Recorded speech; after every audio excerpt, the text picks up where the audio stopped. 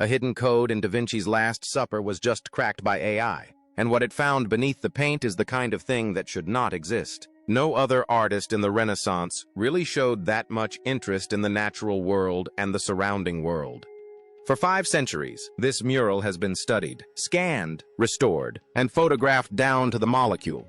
Nobody saw it. Not the monks who ate beneath it. Not the restorers who spent 21 years cleaning it. Not a single human eye that has ever looked at the most famous painting in Western art history. Da Vinci is one of a long line of artists who have told us, beginning with the ancient Egyptians and running through the early Christians and Tibetans, that art is a medium. Then a neural network trained on Leonardo's own handwriting read something underneath the surface. And once you know what it says, you cannot unsee it.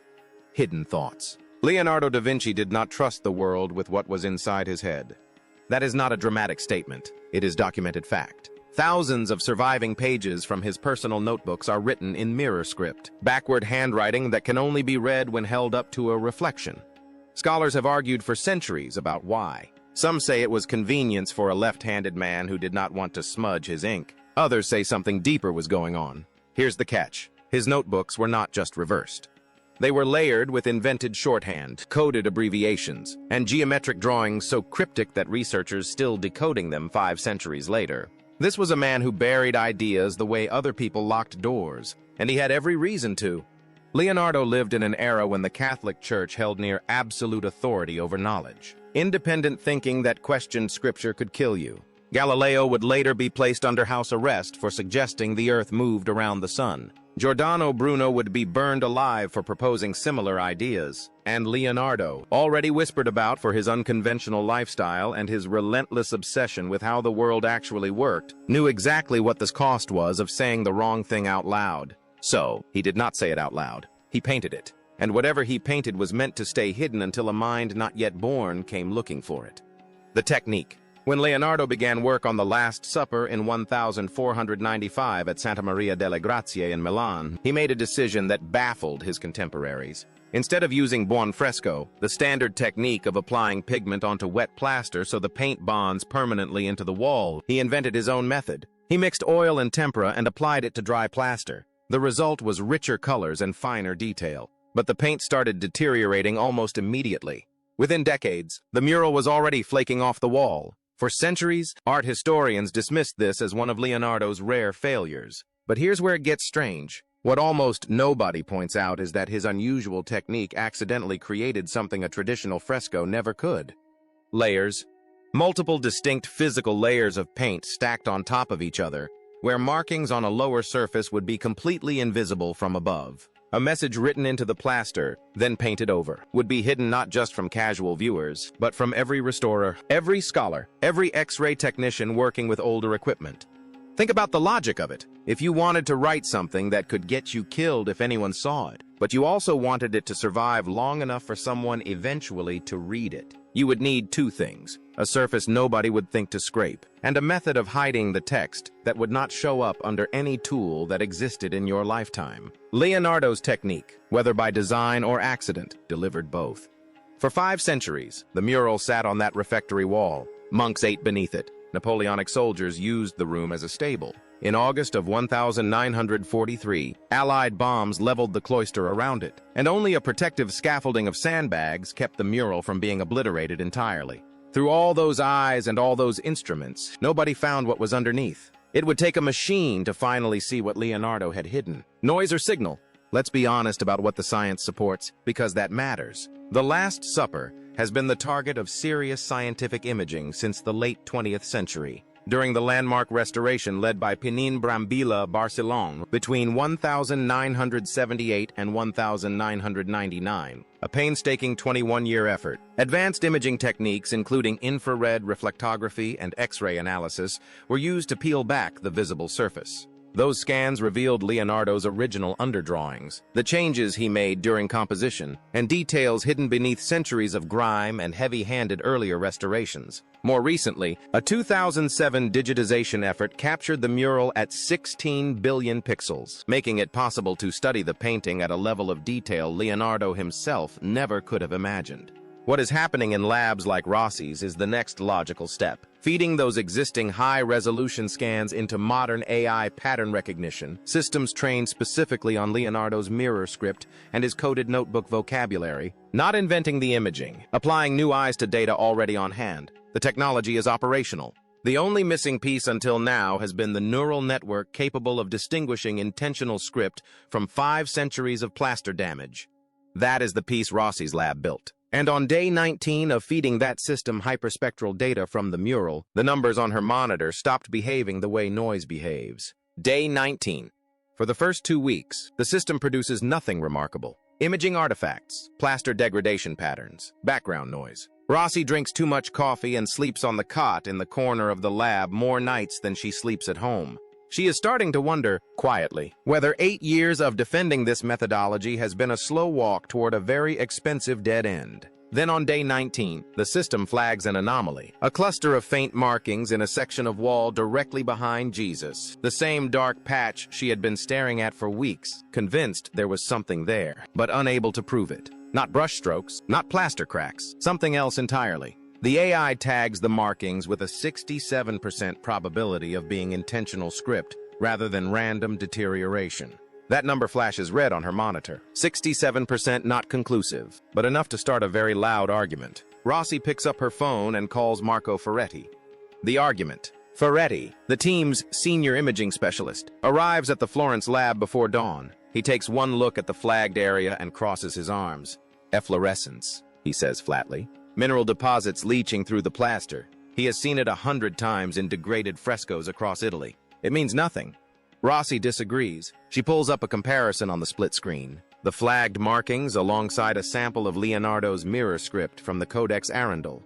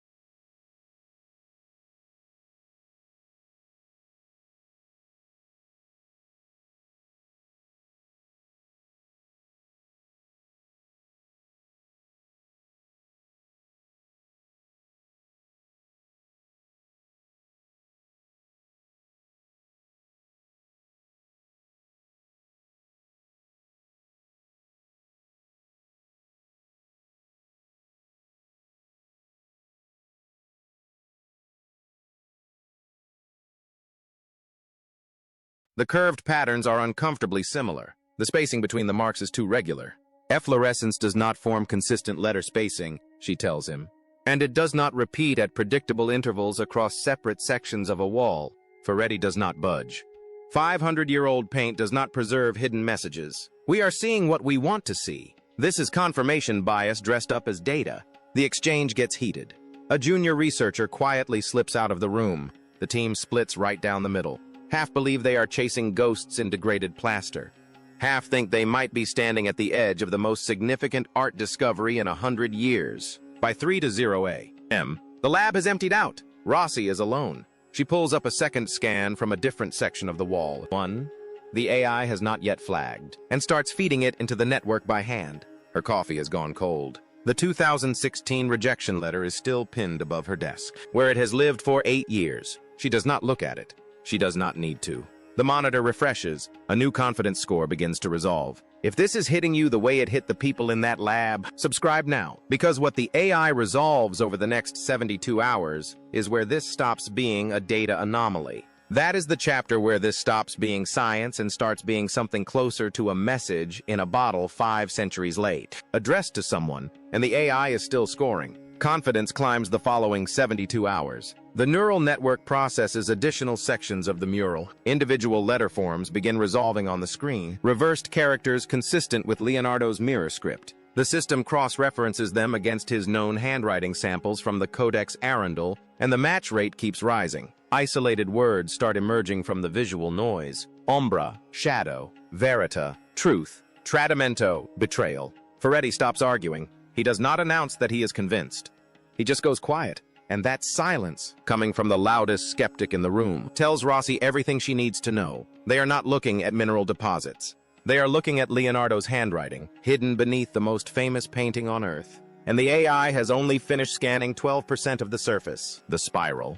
The AI does not just find scattered words. As more sections get processed, the fragments start connecting to each other. Short phrases form, then longer ones.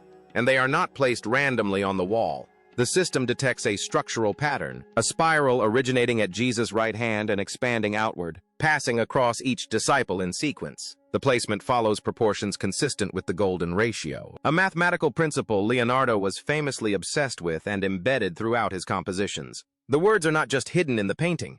They are architecturally woven into it. They are part of the geometry. The AI is not finding decoration. The AI is finding a document. The first fully coherent phrase surfaces along the wall directly behind Jesus. When the system translates it from Leonardo's archaic Florentine dialect, it reads, "All faith fades when light reveals the hand of man." Rossi reads it aloud in the lab. Nobody reacts immediately. It takes a few seconds for the weight of it to land. The line suggests that what people revered as divine might in fact be a human construction. That faith itself could dissolve the moment it was examined under proper light. In the context of a painting depicting the foundational moment of Christian sacrifice, the message is a quiet bomb sitting on the wall of a church. But it is still just one sentence. It could be a stray thought, a fragment that somehow bled into the composition, not yet a pattern. Then the AI flags the second inscription. More messages. Near the shadow of Judas Iscariot, the network pulls another line out of the darkness. He who eats with truth will not betray himself. A third appears beneath Peter. Strength without understanding is blind. Near Thomas, the apostle who famously doubted the resurrection until he touched the wounds himself, another line resolves. To question is not sin, but the path to clarity. Each message is tied to a specific disciple. Each one reframes that figure's biblical identity through a lens of reason and skepticism rather than of faith. And these do not read like attacks on religion. They read like invitations, challenges to the viewer to think, not just to believe. Leonardo is embedding an entire philosophical framework into the painting itself, a worldview that puts human inquiry on equal footing with religious revelation. Now, sit with this for a second because this is the part that genuinely stopped the room. 250 years after Leonardo put down his brush, Voltaire would write about freedom of thought. Diderot would compile the Encyclopédie, the great monument to reason over revelation. Rousseau, Hume, Kant would reshape the intellectual foundations of the Western world and drag European civilization into the Enlightenment. Everything those men argued for, everything the Enlightenment fought to establish, Leonardo had already written, encoded, hidden on a refectory wall in 1497, while they were still a quarter of a millennium from being born. Leonardo was not ahead of his time. He was operating in a completely different century, and the AI has just pulled the evidence out of the paint. Vindication. Rossi's hands are shaking. Not from fear, from something closer to adrenaline mixed with disbelief. 22 years she has studied this man's work. 22 years of papers and conference lectures and grant applications arguing that Leonardo's art contained layers of meaning existing scholarship had barely scratched. Colleagues called her theories romantic. One particularly dismissive peer review from 2016 described her hypothesis as imaginative but unsupported by material evidence. She kept that letter pinned above her desk for 8 years, half as a grudge, half as fuel. And now, right in front of her, on a glowing monitor, the evidence is materializing letter by letter. She is not just witnessing a discovery. She is watching her entire career either be vindicated or destroyed, depending on whether the findings survive peer review. And somewhere in the back of her mind, she is also aware that if the translations hold, her name is about to be attached to one of the most culturally explosive announcements of the 21st century. She does not know yet whether that is a gift or a curse. The accusation. Then the AI uncovers something that changes the atmosphere in the room entirely. In the lower right section of the mural, buried beneath multiple layers of paint near the disciples' feet, the system assembles a longer passage. Those who hold power will bury truth beneath stone until the eyes of the future uncover it. That is not philosophy anymore. That is a direct accusation aimed at institutions that suppress knowledge. And it does not sound like it is addressed to Leonardo's contemporaries. He was writing for an audience that would not be born for 500 years, and he had to trust on nothing but faith in future minds that someone would eventually come looking. The AI had just proven him right. Deepest layer. The deepest layer comes last. Beneath the original pigment of Jesus's robe, so faint that only maximum resolution hyperspectral imaging can detect it, the AI resolves a final inscription. Truth belongs not to saints, but to those who seek it in silence. Rossi reads it. The lab does not move. Then the system does something nobody on the team explicitly programmed it to do. It assembles every recovered phrase in sequence, following the spiral pattern from center to edge, and surfaces a unified statement. A single continuous sentence woven through all 12 disciples, buried across the entire composition, surfacing only when read in the geometric order Leonardo himself had dictated with the placement of his figures. Faith without reason is the sleep of truth, and those who wake shall see what was forbidden. Rossi does not gasp. She does not stare at the screen in silence. She puts her head in her hands and laughs, a short, breathless, slightly unhinged laugh. Because she understands exactly what that sentence means, and she understands exactly what is going to happen when the world hears it. What changes? Here's what this actually changes. If the findings hold up under independent verification, because that verification would be the first and most critical step. For art history, it would mean the Last Supper was never purely a devotional painting. It was a dual-purpose work, a public commission fulfilling a religious contract on the surface and a private act of intellectual rebellion hidden underneath.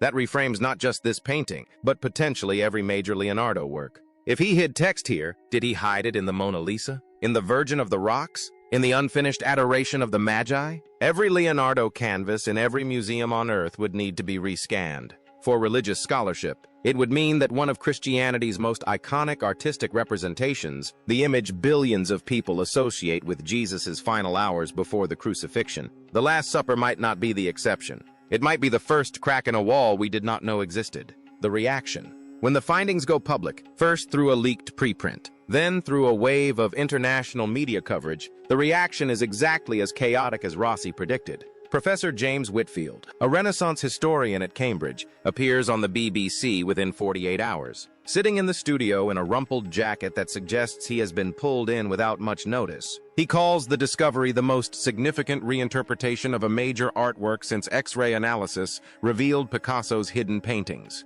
The spiral structure and the golden ratio alignment, he tells the interviewer, make random deterioration essentially impossible as an explanation. You do not get mathematical precision out of mineral leaching. Nature does not write in Tuscan dialect. The Vatican's response comes 3 days later. A carefully worded statement from the Pontifical Council for Culture, Peter's Square, not in protest of the discovery itself, but asking publicly for a dialogue rather than a cultural war. Online, the reaction is even more intense. The hashtag DaVinci coded trends globally for 11 consecutive days.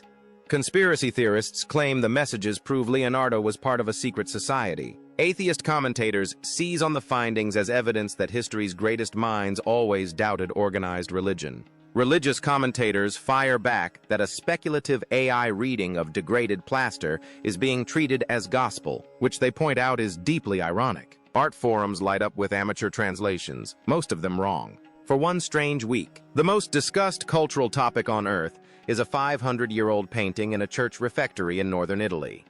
The skeptic. And then something happens nobody on the team predicted. Ferretti, who started as the project's loudest skeptic, becomes its most effective public defender. In an interview with La Repubblica, he says something that cuts straight through the noise. People are afraid because they think this undermines faith, he tells the reporter. It does not. It reveals that Leonardo believed truth and faith were not enemies, that truth should never be sacrificed to protect authority. That is not an anti-religious idea. That is a profoundly moral one. The man who spent the first 48 hours of the project dismissing Rossi's findings as confirmation bias is now the steadiest voice defending them in the Italian press. The arc is not subtle. The team notices, Rossi notices, and when the data set goes public, it is Ferretti's face and Ferretti's quote that run above the fold in a half a dozen European papers. The team releases the full data, every scan, every AI confidence score, every translation, all of it thrown open for independent peer review. Within weeks, separate analyses from MIT, the University of Amsterdam, and Kyoto University confirm that the markings are statistically inconsistent with natural plaster degradation. The debate does not end, but it shifts. The question is no longer whether the hidden text is real. The question becomes what it actually means, and who gets to decide. Time capsule. Leonardo did not just paint the Last Supper. He built a time capsule inside it, addressed not to his contemporaries, who would have burned him for it, but to a future world with the technology and the courage to finally read what he left behind. A machine trained on his own handwriting opened the capsule 500 years late, and what it pulled out was not a signature. It was a conversation he started in 1497, buried in the dark of a Milan refectory, waiting for a mind not yet born to hear him. That mind turned out to be ours. So, here is my question for you, and I want to see your answer in the comments below. If Leonardo really did hide a message this radical inside the Last Supper, what do you think he was trying to warn us about? And what other masterpieces do you think are hiding secrets we have not cracked yet? Drop your theories below, because I read every single one.